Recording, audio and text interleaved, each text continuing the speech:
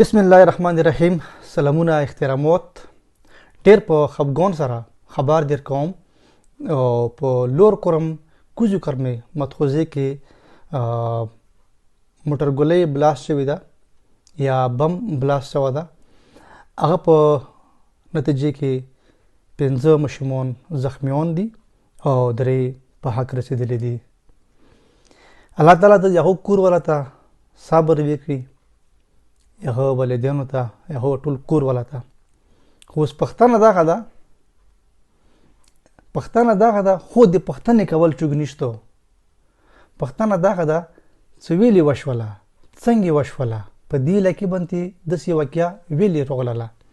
د دې ذمور چوګ دي، د کلي مشرون کشرون ذمور دي یا انتظامیه ذمور ده.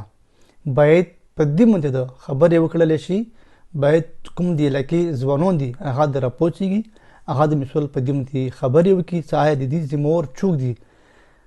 واقعیا وشوله درې مشمون په حق ورسېدلو، مو دغه مشمونو نه محروم شولو، 15 مشمون مزور شولو، زخمیان شولو. خبره ختمه شوله. خبره ختمه نه ده، د دې خبرې شوته نورې خبرې دی اوس څخه د مخته راوړل شي چې دې کې موټر ګولې یا بم چوک کېږدولو، چونه پوتې شولو، ویلې پوتې شولو، ویلې کېږدول شولو. مستقبل کې د سوچ وکړل شي چې داسې یوه کې نورې بیا مومنت یې رونه شي که هر فریق ده، هغه د هر کلي ده، هغه هر څوک ده. امو خورې، امو د کلي، امو د سیمې مشمون، یو نه دوه نه درې مشمون په حق ورسېدلو، ویلې 15 زخمیان شولو، هم مزور شولو، ویلې. امو ریکویست ده، سوال ده هم د علاقې خلکو ته، هم انتظامیه ته چې د دې خلاف ته ښه ټیک ټاک انکوایري وکړل شي. امو خبره چوک مني یا نه مني، خو د مو سوال ده، مطالبه ده، حق لرو چې مو مطالبه وکړو، سوال وکړو چې د دې واقعي خلاف ته ټیک ټاک انکوایري وکړل شي. دې کې څه هر څوک ملوث ده، هر څوک ده، د هغه په خلاف ته ټیک ټاک انکوایري وشي، سزا د هغه ته میلاو شي. مثال روان وخت کې ده داسې واقعي مخې ته رونه شي. ډېر دروند خبر ده، د غم خبر ده. الله تعالی د هغه کور ولته صبر ورکړي، هغو والدینو ته، هغه ټول کور ولته. دغه بس اسې مشمون دي، بېګناه دي، دغه به الله تعالی خامخا بخي، شهیدان دي. نو الله تعالی د هغو ټول کور ته صبر ورکړي.